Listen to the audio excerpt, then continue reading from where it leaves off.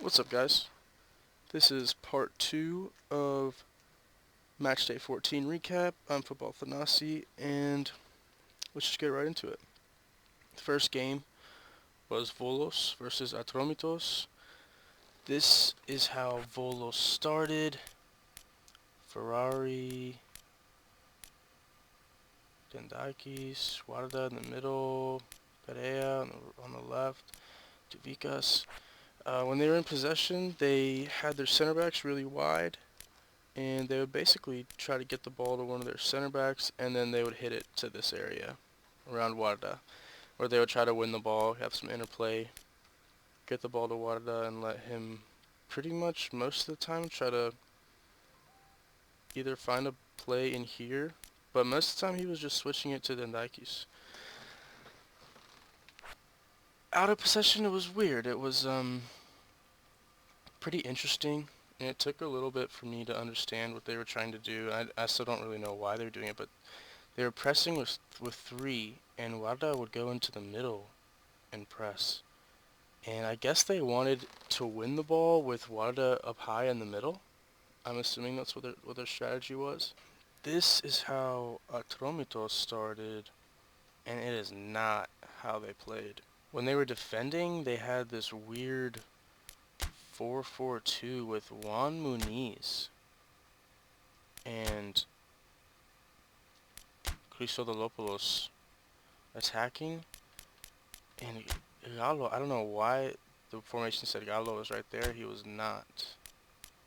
He was playing like in this area a lot. Atromitos played like this until the ball came into their half. And then they moved into a 4-3-3. It was very strange. But a lot of their attack came from Gallo, and he didn't even seem like he was playing left back. He seemed like he was playing in here, kind of feeding balls into these guys, and he had a great ball to Insikulu. So this game was pretty open from the start. They were both pressing. It was really back and forth. Neither team wanted to build up. Volos, a lot of what they did was just get the ball to their center backs, and their center backs would kick it into the general area of Warda, who would basically try to make a play. It was his last game for Volos. It was good to see him at the end of the game. He's taking pictures with ball boys and stuff, and he had a nice thank you. Atromitos was trying to do the same thing, but not really to their playmaker. They were just trying to get the ball forward. A lot of their attack at the beginning was with Inskulu, who couldn't really get anything going. He missed one opportunity he had from Gallo, and I don't know. They looked good for a little bit. Atromitos had a good chances. Chrysodolopoulos should have scored one. In the 35th minute, Ferrari received a short corner and had a nice cross. It goes off like a couple Volos players' heads. I think it was their center backs, and just kind of falls into a difficult spot to defend right in the middle of the goal. And an Atromitos player goes up to defend against it, and Perea just runs him over, bodies him, whatever you want to call it, just jumps through him and jumps through the ball and just gets a piece on it, and it goes into the net. It wasn't it was a really open game. It was back and forth, but not really any high XG chances created, not that many at least. Zolis was trying to push for um, a good spot. Now they just lost. Looks like they're losing Dubicas, and they lost Warda. That was his last game. The Lamia Aris game was pretty interesting. Tactically, it was much simpler.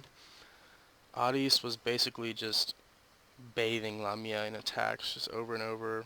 They're just basically just quickly combine and go up the flanks and maybe get a cross in or get the ball to uh, Bruno Gama where he can cut in and take a shot. But they didn't really penetrate the back line that many times. They did on one or two occasions. There was one where I believe it was, yeah, it was a cross where Sasha should have scored and he headed it over the goal. they were just really frustrated today. Lamia, they were trying to play, they really did, but sometimes Tyrone and Adabali would just be isolated, had nowhere to go. Defending, basically, it depended on what time of the game for Lamia, but they actually weren't that closed down. They were open a lot of the game, and as the second half progressed, they would get deeper and deeper, and they ended up just clearing the ball out for most of the game and then holding out and kind of let Arabuli and Tyrone try to do something.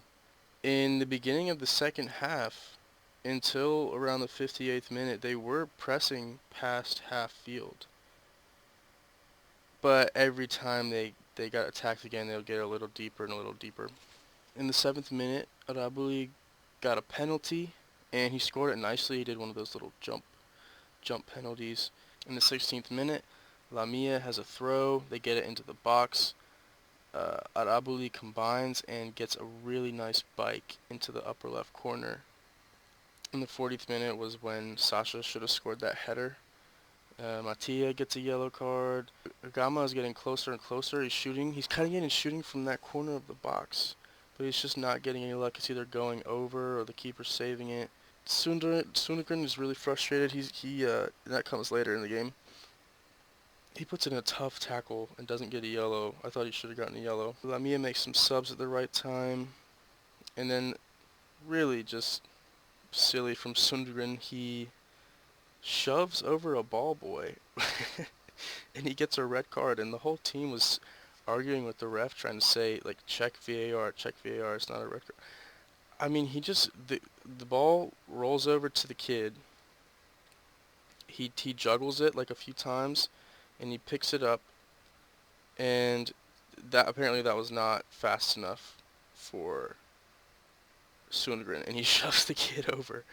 Um, I don't like when ball boys slow down the game. It's annoying. You're not part of the team. If your coach is telling your ball boys to slow down the game or whatever, that's just not okay. It's annoying, but you know what else is not okay? It's shoving over a ball boy. So he gets the red card. He goes out. Things are looking really bad for Adis. It's still 2-0. One thing that's been really annoying with these games is just terrible fields. I have a feeling that if the field wasn't so bad, Adis would have been better off. They kept playing a lot. Adis they like to play in the corners. A lot of their attack is from Zande Silva and Bruno Gama. You could just see the balls getting stuck in the corner, not moving. Those swampy corners of the field, swampy sides. It's really disappointing. A very good result for Lamia. So let's look at the table really quick. Olympiacos leads the table with 35 points. Adis, they dropped points today, and they are 29, but 13 games played. PAOK, 13 games played as well, 1 point behind Adis with 28. AEK in 4th place with 24 points. Panathinaikos with 5th, and they're really far below the leaders with 19 points. Bolos is even with Panathinaikos on 19 points, but they have a -2 goal differential. Asteras Tripolis with 18 points. They just got a result at Panathinaikos, which is good for them. Apollon Smirnis with a great result yesterday to bump them up to 8th with 15 points. Orfi with not a great result yesterday, going down to 9th with 15. Atromitos, they did not get a result against Volos, but with the loss of some Volos players, I suspect that a lot of these teams are going to end up jumping Volos. Pazianina not getting the result against Apollon Smirnis, and they are in 11th place. Panetolikos in 12th place, losing yesterday. IL with the result against PAOK yesterday. They're on 7 points now. If they won that game, they would have gone up to 10 points and been 1 point behind Panetolikos. And in the bottom of the table, who gets their first win today is Lamia. And they get their first win against Adis. pretty incredible stuff from Lamia. They didn't look like a bottom of the table team today. I mean, they didn't look like a top of the table team, but Arabuli looked like a world-class striker. He had a nice penalty. We know he's good at penalties and free kicks. And he had an amazing bicycle kick. So, great stuff from him. 2 goals. He gets my man of the match for them. The goal of the match day.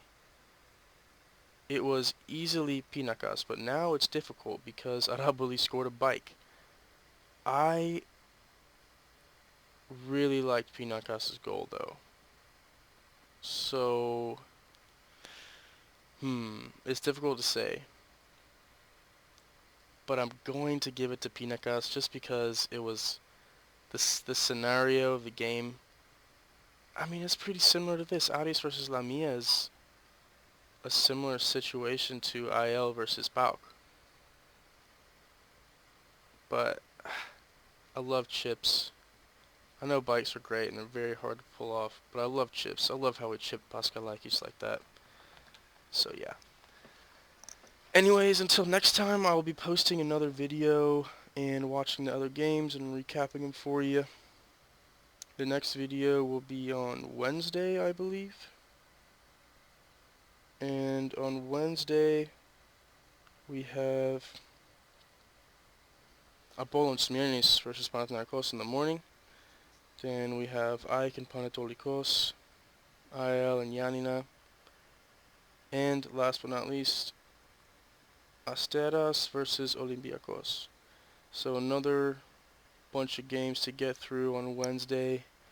I'll have that recap up for you, and then that is for Matchday 15, so I'll have a Matchday 15 Part 2 as well on Thursday. And yeah, hopefully I see you then. Have a good day, and take care.